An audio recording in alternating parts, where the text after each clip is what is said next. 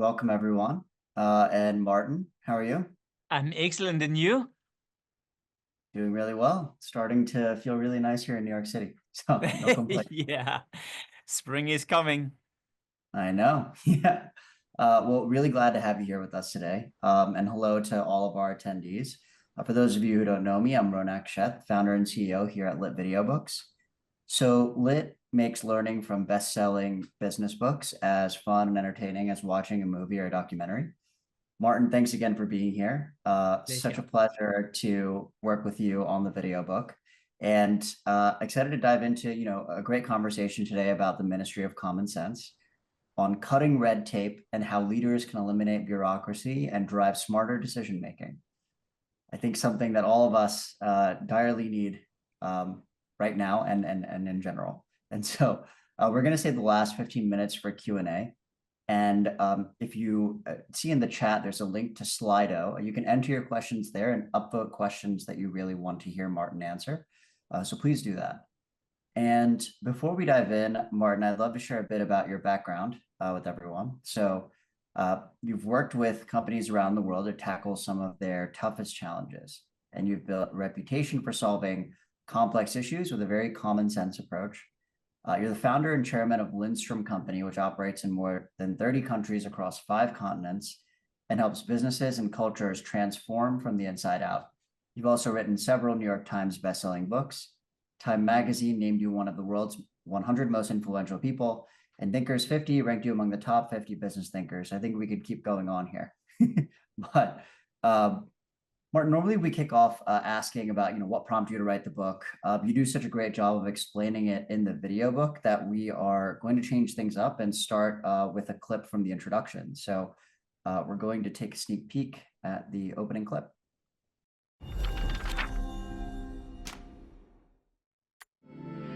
Last year when I was in the airport, I bumped into a pair of new headphones. They were black, sound isolating, they had Bluetooth capability built into them, and they were overpriced. But they were subtle enough. I collected my receipt, I went on to my gate.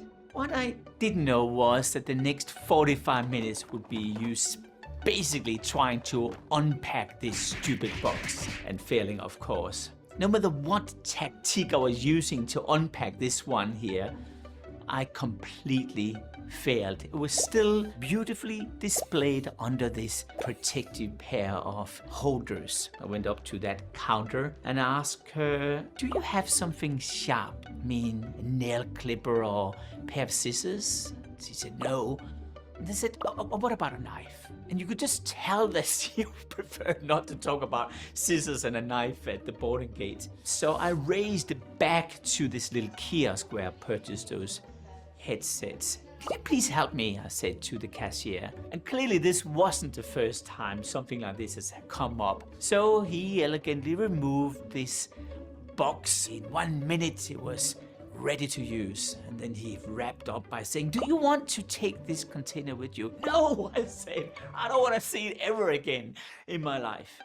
Now, an experience like this is the essence of nonsense, the opposite to common sense. Just to recap, I spent nearly $400 on a pair of headphones. And for some reason, I left my chainsaw and all the forestry equipment at home. Where did common sense go? Wow. Very relatable. I think I still have the headset here. The headphones are still working. Yeah, the plastic cover is kind of gone, right?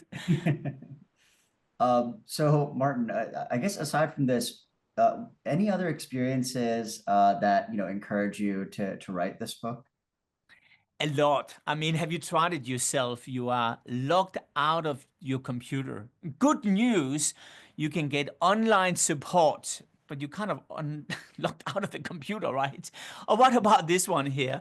Passwords. Your password must be at least 6 characters long, contains 1 capital letter, 2 numbers, 1.5 cup of chopped onions, 2 tablespoons of all-purpose flour, and 6 ounces of skinless boneless chicken.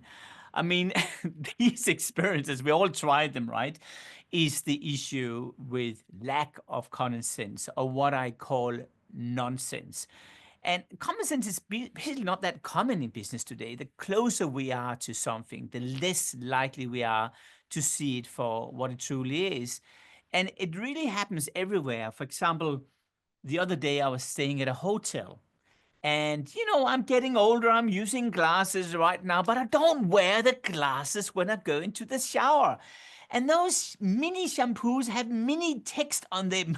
It's so small, and I can't see if it's the conditioner or the shampoo or the body thing, whatever it is. Where is that common sense? This is really my point. The point is that it's lacking. And I got to a stage in my life where I asked myself, why is no one doing anything about it? Because common sense is kind of a genius dressed in its working clothes. And I think we sometimes forget about that simplicity. Like when you go to a restaurant, I'm sure you tried it. You go to a restaurant, it's completely empty.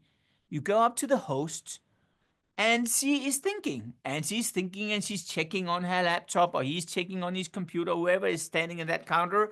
And after 5 minutes, they say, yeah, I think we can take a table. And you're literally sitting in that restaurant completely empty for the next 1.5 hours. Where is common sense? That was the reason why I began collecting all these crazy stories. And later on, basically say, well, how can you solve all these issues?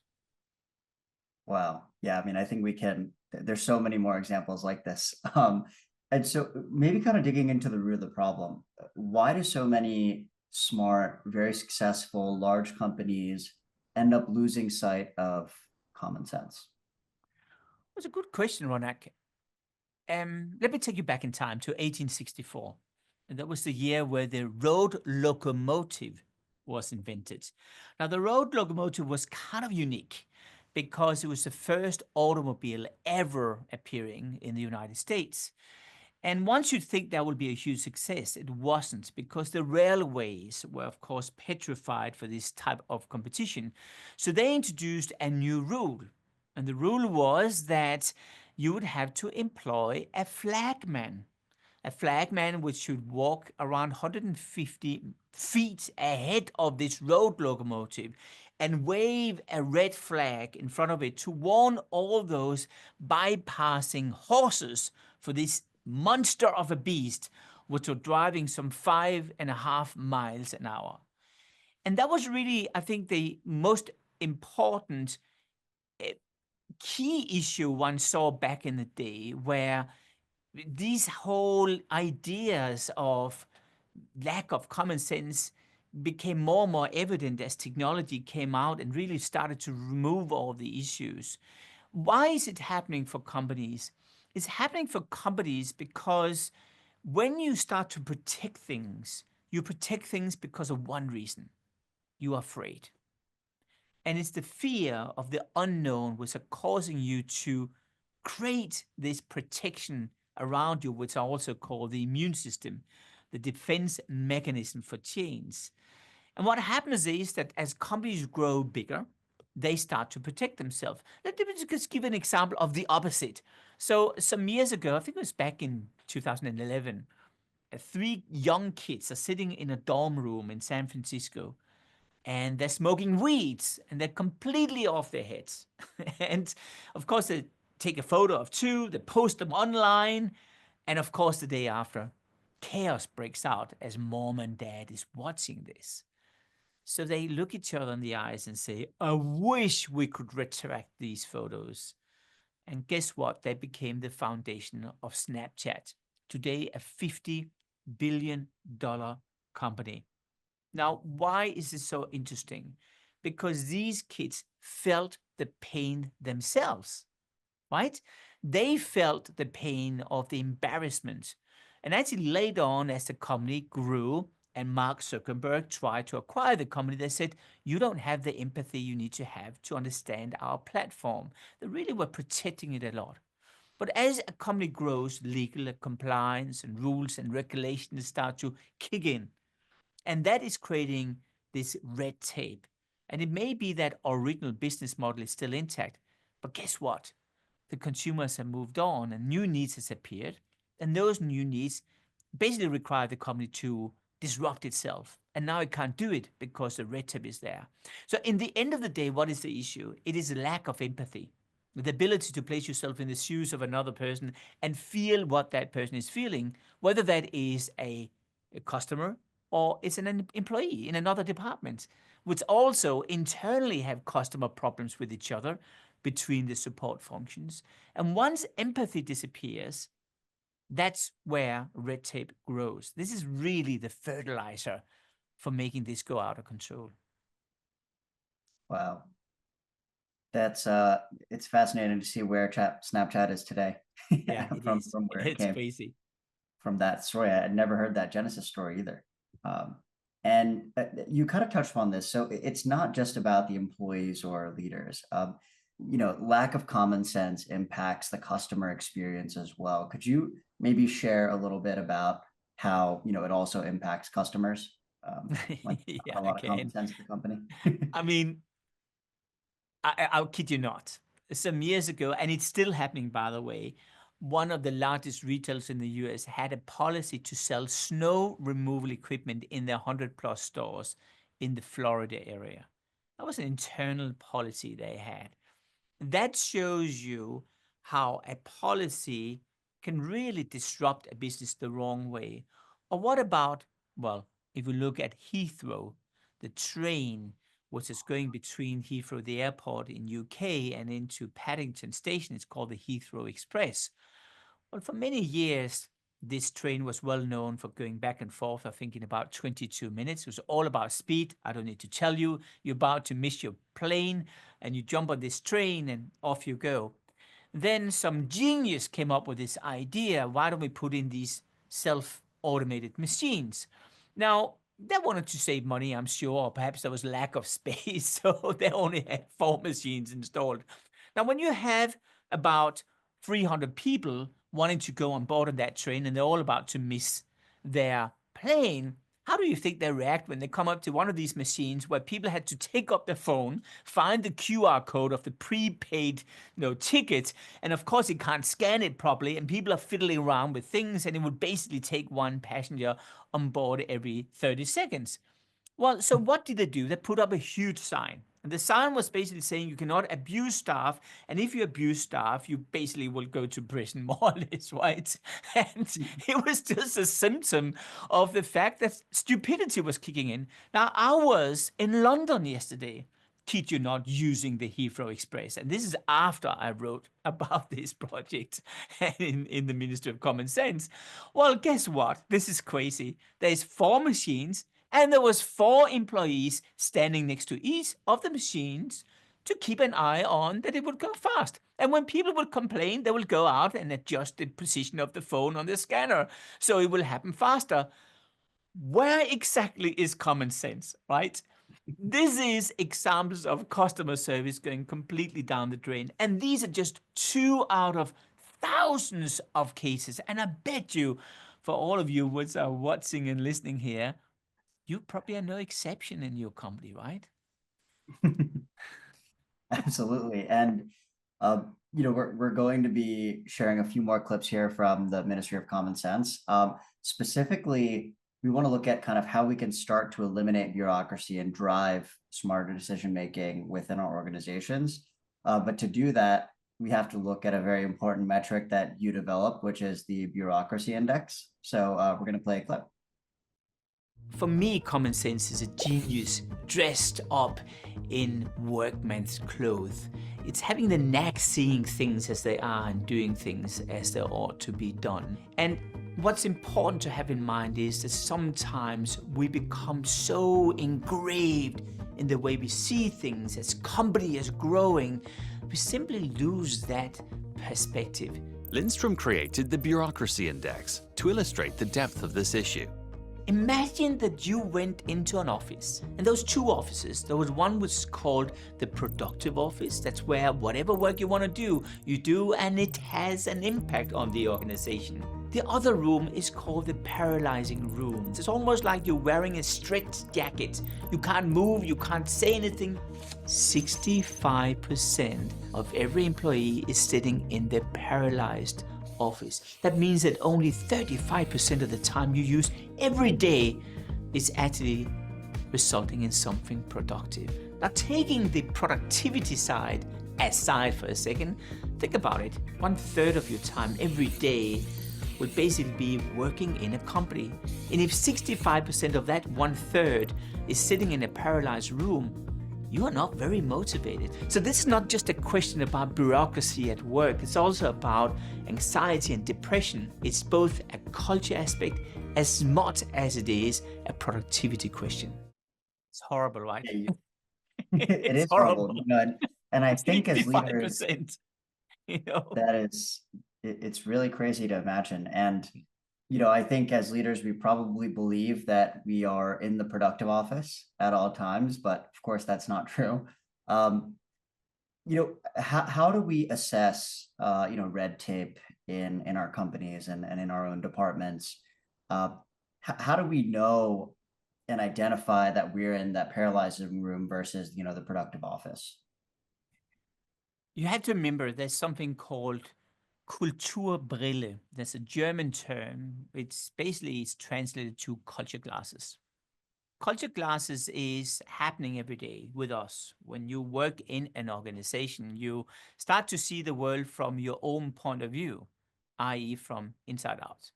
You get used to the routines, the rules, the regulations. Yes, it's a bit strange in the beginning, but you are signing up to become a member of a tribe. And the only membership criteria you have is to buy into all those rules and that compliance, which everyone explains for you that this is really important. In fact, if you don't do it, you have a problem. And of course, everyone is recruiting you into this mindset. It's a bit the same, Ronak. I don't know if you tried it. If you are standing in a fairly cold swimming pool and you have 5 of your friends standing on the edge, questioning if they should go into this pool and you're standing alone there. You say, come on in, it's fantastic, it's warm, it's good. You are recruiting them. Well, that's what we're doing when it comes to these tribes and companies. We're all a member of a tribe. So what happens is that we put on those culture glasses and they become thicker and thicker. And it becomes more and more difficult to see what's happening around the world because you don't have that little cloth which can sort of clean them. So what you have to do is you have to change the perspective. The best way of changing the perspective is probably to ask someone else to do the trick. You can do that in 2 different ways. One of the things I do is actually to become an undercover boss type of format. I spend time with the customer's customer, our customer's customer, go into their homes or into their offices and we start to see the organization through their point of view. And then we adopt that feeling to people inside. Because remember what we talked about before is all to do with empathy. This is the most powerful tool you have. If I feel your pain, it's much more likely that I'll make a change. If you read the newspaper and it says that 10,000 people are dead somewhere in the world, you'd be very, very sad. But if you'd heard a story about just one person and they tell you a moving story, you probably are much more impacted, even though it doesn't make sense. So if you can create an emotional engagement, that's where it starts to be really powerful. And let me give you one example of that. So I'm going to be very diplomatic now, but a couple of years ago, a very large credit card company hired us to come in and fix their customer experience problem. So I really had problems convincing senior management to change. And I said to them, listen, the first thing we should do is probably to break down your problem to smaller problems. And I said, the most sensitive moment you have as a credit card owner is probably the moment where you lose your card or where it doesn't work. And I said, that's where we should put our effort because you are so vulnerable. You're so much under pressure that if we give a helping hand, well, then they will never forget you for life. Now, they didn't want to buy into this. So I teamed up with the CEO and the senior management team's PAs. I didn't talk to the senior management, but their PAs. We had a very important dinner, and it was with the CEO and the chairman of this company somewhere in the US. And we sat in this taxi, and 3 or 4 of these gentlemen were sitting in the taxi with me, and we went up to the restaurant. And then one of the guys said, "Well, I'll take this one." And of course, he pulled out his not to be named credit card, and he tried to swipe it through. And I was sitting in the taxi, and swiped it through, and it was declined. He said, "Oh, it can't be true. I'll try one more time," blaming the taxi driver. No, it was declined one more time. So he went on the phone and he went through this is a quality assurance transported whatever conversation where we're recording everything for whatever reasons because we want to train people type of spiel.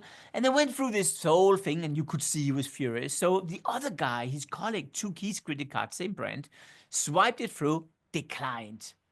Now these two people were on the phone, both of them abusing the person in the call center, of course, going through this whole round of questions, right? About who is your mother's, grandfather's sister's middle name, type of questions, you know how they are, right? And I said to them, "Hey, I'm going to go into the restaurant now because your boss is sitting in there." So I sneaked out of the taxi. 15 minutes later, they came into the restaurant. Why they were furious, all of them, not knowing that I set it up for them, right? And I said, "What's wrong?" I said, "Well, this is horrible and it's embarrassing. And the taxi driver thought we were idiots." And I said, "So this is really bad." They said, "Yes, that's exactly how your customer feel. And if you could Yeah. hear a penny drop, you would have heard it." So here's the message. The message is make people within the organization feel the pain of the customer. And one way you could do that is to bring them into your organization. You can, for example, have an empty chair in your boardroom or in your meeting room, and it says customer in front of it. And then basically every Monday morning, you invite this random customer in, which sits at that table, and you ask that person questions about how did it feel to do this order, or what happened when it was rejected, that payment, or whatever. And once you do that, everyone will feel the pain. And that is enough to start that snowball effect, which slowly will defrost that frozen metal. It's an amazing story. That sounds like a stressful situation for the two folks who are stuck in the Yeah, cab. I had to give the PAs flour, all four of them, because I was so afraid of being abused later on, right? Wow, that's really fascinating. And I think especially at startups, they say you should be talking to your customers all the time, right? Yeah. And I totally understand that can get really hard as the company gets larger, right? And there's so many departments and so many different things that are happening within the organization. And one of the things you mentioned in the book is fear. How fear is really important in letting bad processes persist. I guess what role does fear play, and what are some ways that leaders can open up, dialogue for employees to share how they feel if they see that something is not common sense and that there is Yeah. bureaucracy? It's a really good question, Ronak. It's very strange because fear is extraordinarily prominent. A good colleague of mine, Amy Edmondson, professor at Harvard, she invented the term called psychological safety. Yeah. She has talked a lot about how, maybe it was even one of your lit books, but she talked about how psychological safety is one of the biggest pandemics in organizations around the world. We simply do not feel safe anymore.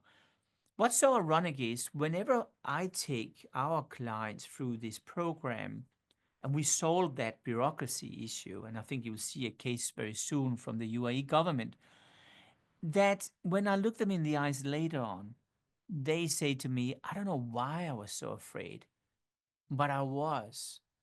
And that fear factor is really the cornerstone of problem you will have as you try to solve that whole issue. So why are you afraid? Well, you're afraid of the unknown.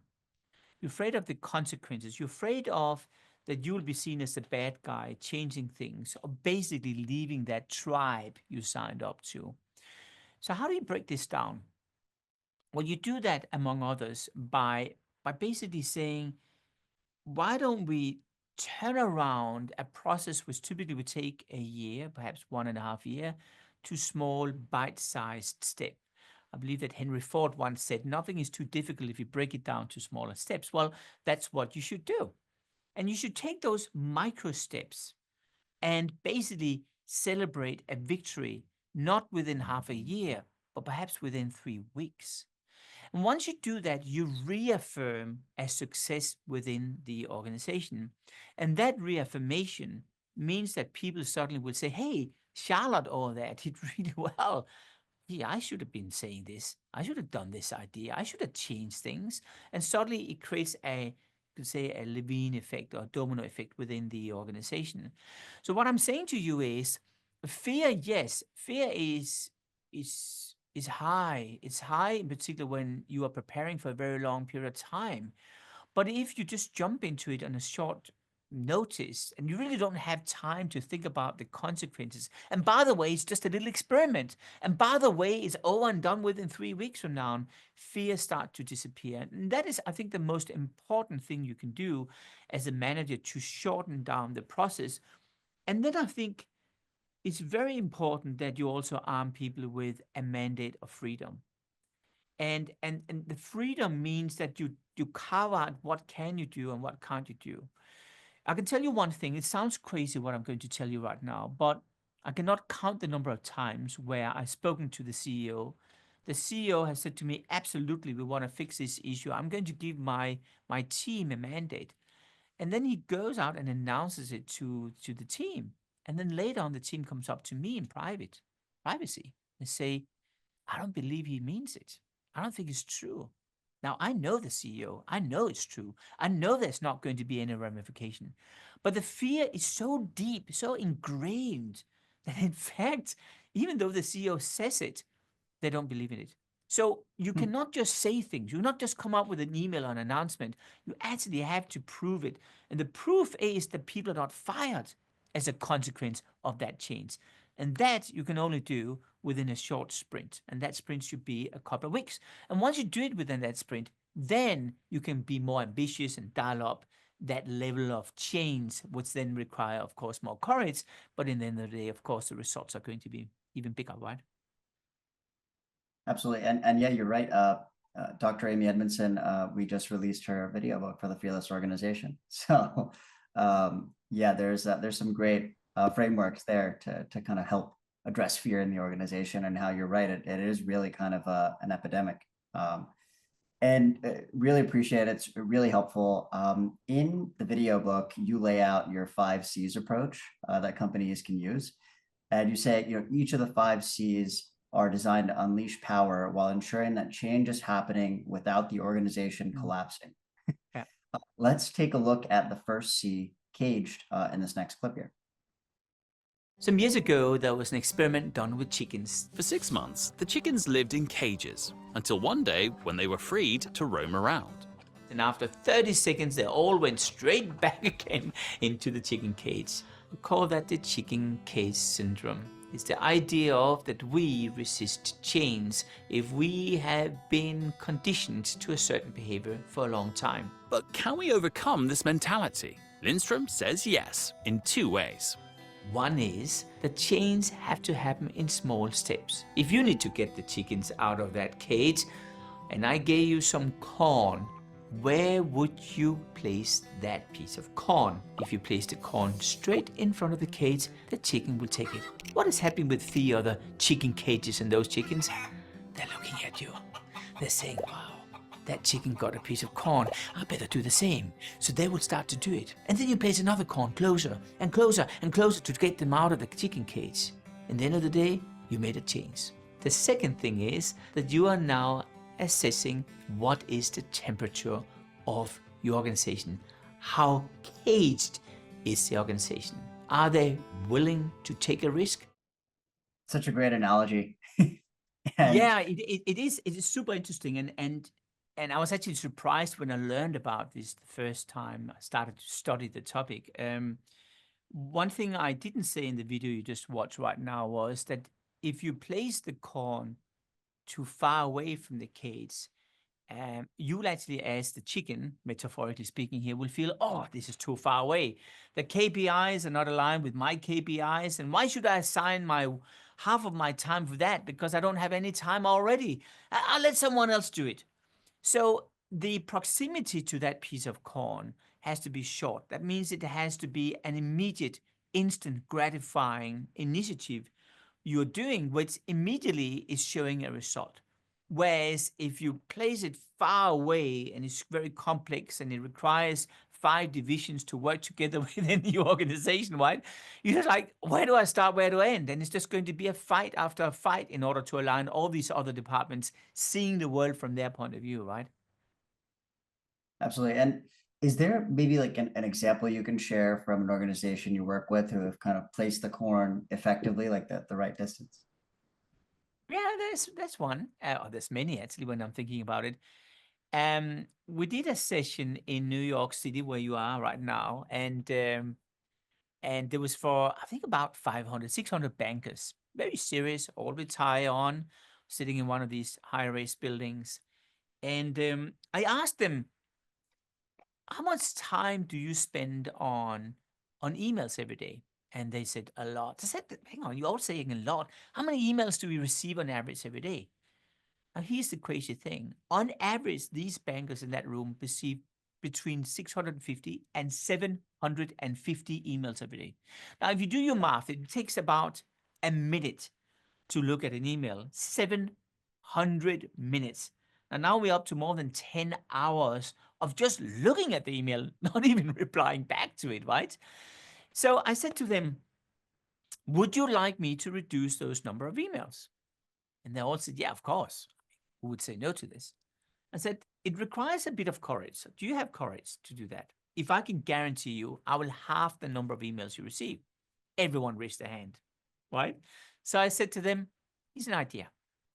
Did you know there's a direct correlation between the number of emails you send and the number of emails you receive, right? Go figure. So here's what we're going to do. We're going to remove the CC button in Microsoft Outlook. Just get rid of it. It's not going to be there. No, you can't do that. They said, right? I said, why? How often do you guys really read those copied emails? Honestly, how many does this in this room? And I asked people to raise their hand, and basically no one raised their hand. Well, compliance said, can't do that of legal reasons. I said, really? Is that true, or is it just an excuse? And it showed that it was an excuse. So I said to them, here's the deal. Why don't we do this experiment for about a month? Okay? If you get legal claims or there's issues or frictions happening because of that, we'll take that CC button and put it back into Microsoft. That was a deal. Guess what? After a month, the number of emails had nearly halved and they didn't receive a single complaint. That is a little piece of corn just in front of your chicken cage. And it's because it immediately gives you a return on investment. The investment is the effort you put into this. And that gives hope because then everyone will say, what else is there? You become hungry. You want to have another corn.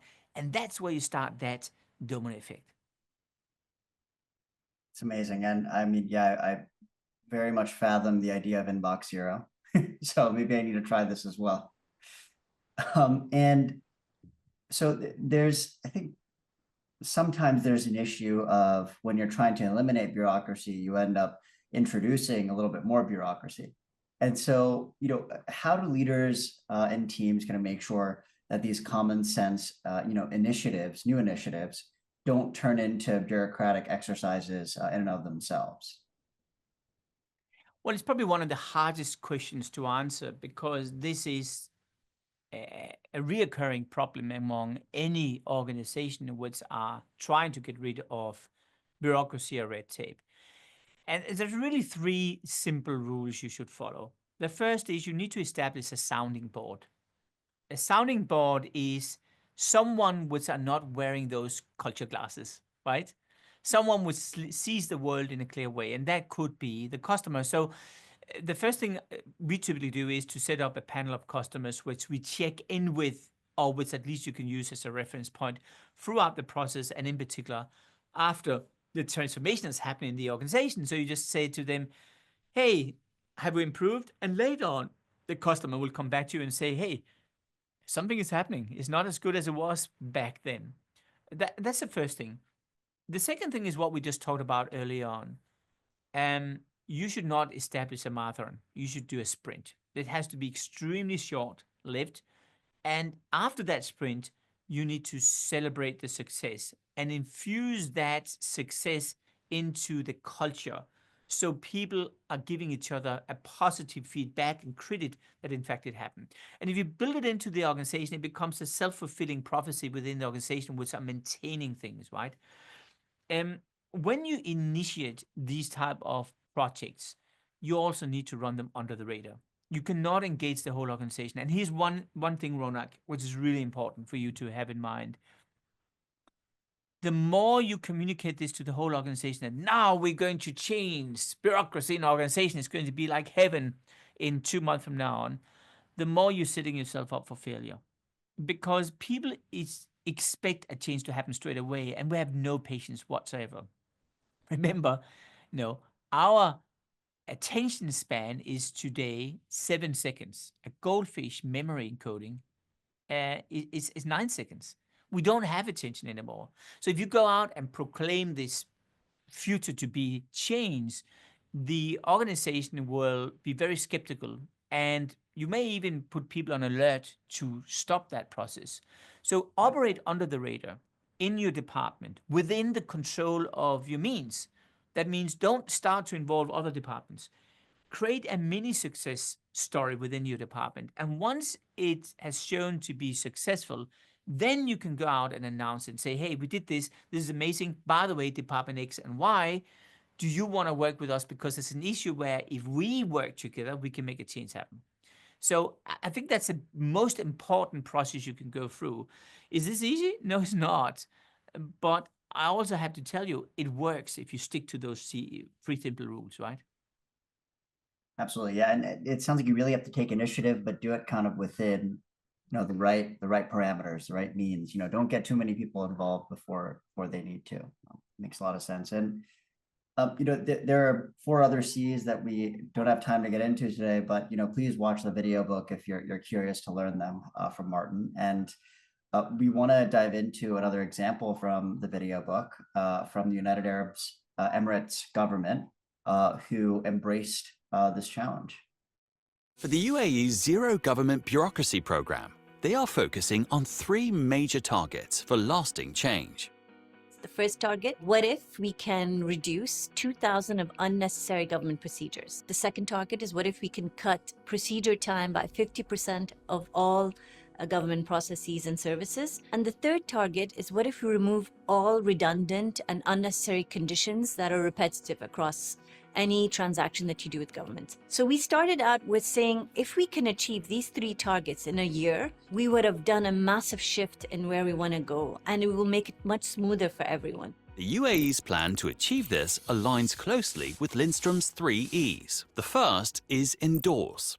That's where we first secure a buy-in within the organization to make a change happen. Here's one thing you can do. You can send out a message to everyone, or perhaps the CEO, the head of the organization, or your division is standing up and talking about how frustrations is hammering the whole organization. Ask questions like, how many of you feel overwhelmed by the amount of emails you receive every day? How many of you feel frustrated? How many of you feel, by the way, unproductive? Most people at this stage are raising their hands. This is the moment where you introduce the ministry. You say to them, how many of you would like to see a change happen? We, in fact, now introducing the Ministry of Common Sense.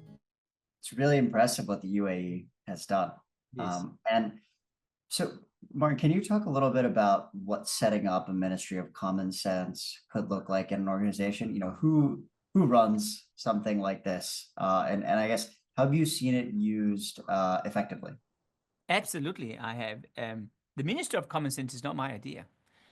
In fact, it happened when we were doing a transformation work for Standard Chartered Bank, which is the 10th largest bank in the world based out of United Kingdom. And I'll never forget it because I ran a workshop with some senior executives from the bank, and this lady, her name is Gail, at 2 a.m. in the morning, it was a tough workshop, said to me, I am sick and tired of this. I'm resigning. And I didn't want to. Can you imagine people resigning on my watch, right? So I said, stop, please. Let's figure out a solution. I said, what's the issue? She said, I'm so frustrated. Nothing happens. I get one idea after another. We try to implement it, and it's killed. I said, so what will you do? She said, let's create a Ministry of Common Sense. And that really became the foundation from Gail and her work. We then created a Ministry of Common Sense inside the bank. Now, I'm proud to say that at this stage, the Ministry of Common Sense is still running as it is, with the ministries running around the world in the bank. And the latest reports I had is that killed more than 7,000 policies, rules, regulations, and stupidities or nonsense things inside the bank. And the process you have to follow in order to get through this is very straightforward. The first thing you do is that you basically start up a website. And on the website, you allow people to post all the frustrations they have, where basically bureaucracy and lack of common sense or nonsense is happening. Now, as you also do that under the radar, this is before you launch it, you go out to some of your friends within the bank and you say, hey, do you have some stories where you actually have fixed this issue? And some good concepts, some good ideas, whatever it is. Have them share that with you. Put up the problem, put up the solution on the website, and then launch the whole website. Now, what I'm doing right now is cheating, I know. It's a little bit the same as, when a person is sitting at the piano playing and there's no money in the ball, or the person was putting in $20 in the ball first, for example, the piano man himself, will kind of send a signal to everyone else that they have to put money into that ball, else it's embarrassing. Well, that's a little bit the same here. We are pre-filling the pipeline with ideas, both to inspire people, but also not to feel like they're the first one. Then you have people submit all these ideas. And every time you submit a friction or a problem, you always attach it with a solution. And those solutions you then roll out very quickly. And if you establish a Minister of Common Sense, they will need to have a mandate, which is basically measured against how much time they're saving, how productive they're making the organization become. And guess what? 50% of the money they're saving, because that's what they will save, is what they're giving back to that individual and the department he or she is working in. And 50% the Minister of Common Sense is getting to fund themselves. And this becomes a self-funding entity going through the organization a little bit like a Roomba cleaner. It's just cleaning things up. Now, once you do that, you will notice there's a change happening. And of course, the most important thing is then the question about how do you make it permanent? And we can talk about that later on, but you have to start up a self-cleaning device within the organization, which slowly is creating a precedence that you're not just complaining about problems, you're actually willing to solve them with clever thinking. Wow, that's really, really interesting. I think, and lots of different countries and companies are thinking about this very topic right now, so it's very timely. And I guess before we head into Q&A, you work with so many companies, from Standard Chartered to other large companies and some that are even small, I guess. And are there kind of any success stories you want to leave with the audience that you think would be impactful before we go to some questions? A lot. Well, let me tell you about a company which is the largest respiratory disease company in the world, or at least one of the top two, I think, which is an Italian company called Chiesi. Now, Chiesi came to us some time ago and they said, hey, we want to get closer to the customer. I said, fantastic. When did you spend time with your patients the last time? They said, never. Now, this company is nearly 100 years old. They never spend time with their patients. So I said to them, let's go into the homes of these patients. And of course, there's a lot of complaint work going on. We can't do it. We're not allowed to it. But in the end of the day, we got the permission. Now, I'll never forget it because I ended up in a home of a 28-year-old lady which have had asthma her entire life. And I sit down at the chair next to her and I ask her, how did it feel like to have asthma as a child? And she starts to cry. And she tells me how she was bullied in school. She had no friends. She was ditched from parties. I said, but you seem to be so different. What has changed? And said, well, I'll tell you. And she pulls out her handbag. And in the handbag, she has a straw. She said, what's the story? She said, well, whenever I meet a new person, I always give that person a straw. And I ask the person to hold himself or herself for the nose and breathe through the straw for a minute. And that's when they feel what I'm feeling. Now, I stole that idea. I shared it with the board, and I'll never forget it because after 30 seconds, one guy spits out the straw. He said, "This is the most ridiculous thing I ever done. How can anyone possibly live like this?" And I said to him, "This is how your patient feel every minute of your entire life. They are the ones paying your salary. If you could hear a penny drop on the floor, you would have heard it." Now, what was the consequence of this? The consequence of this was the company now said, well, how do we onboard people into this world of empathy, where they see and experience the world from the customer lens rather than from a pharmaceutical point of view, which quite often is very compliance driven. So when people now are onboarded, they get a box. And in the box, guess what's in the box? It's a straw. And people can now take this straw and breathe as they are a patient. And these employees are basically starting with empathy for their customers even before they started working in the organization. And that by nature is basically eliminating 10 or 15% of the bureaucracy, because now you are onboarding a new, fresh culture which will not be polluted by the existing culture because they see the world from outside in, not from inside out. Wow. Such a great example. Well, thanks so much, Martin.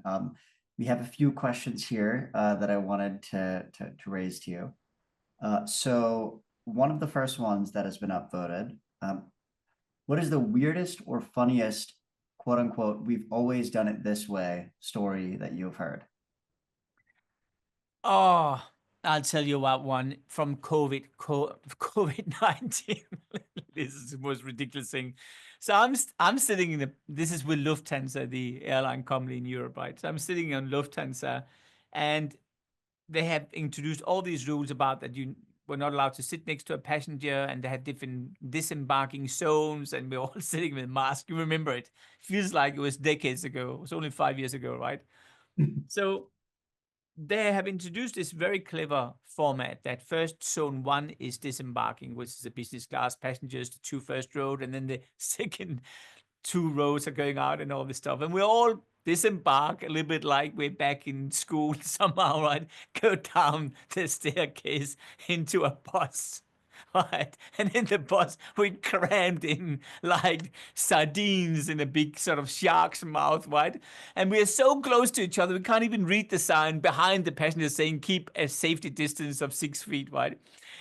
This is examples of our lack of common sense and nonsense. And it's happening everywhere. The issue is, here's the problem. We're becoming so blind that we actually are drinking off that Kool-Aid, and in the end of the day are not even questioning it, which comes back to Hans Christian Andersen, another fellow Dane, which released the fairy tale The Empire's New Clothes. But he doesn't wear any clothes. He's naked. Well, sometimes we need that little child to say that to us in order to make us wake up and see how nonsense have captured our minds. And well, that's a really funny one from COVID. I almost forgot that it even happened. Yeah, New York was a very interesting place for COVID for sure, given that everyone is always on top of each other here. Yeah, So, yeah. Oh, gee, don't even remind me about those times.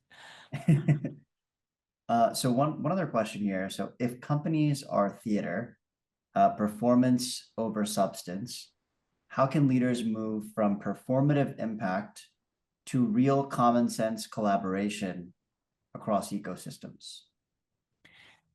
I think the number one thing you need to have in mind is that what motivates people.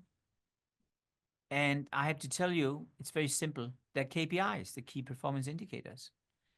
If the KPIs, first of all, are super complex and you have a lot of them, I mean, I've been working in an organization where there sometimes are up to 80 and 90 KPIs. It means that you'll be measured 1.2% for whatever you do. Well, no one can behave like that. Well, today I'm going to spend 2.5 hours on doing that, right? And then next year I'll come back to that assignment. It doesn't really work like this.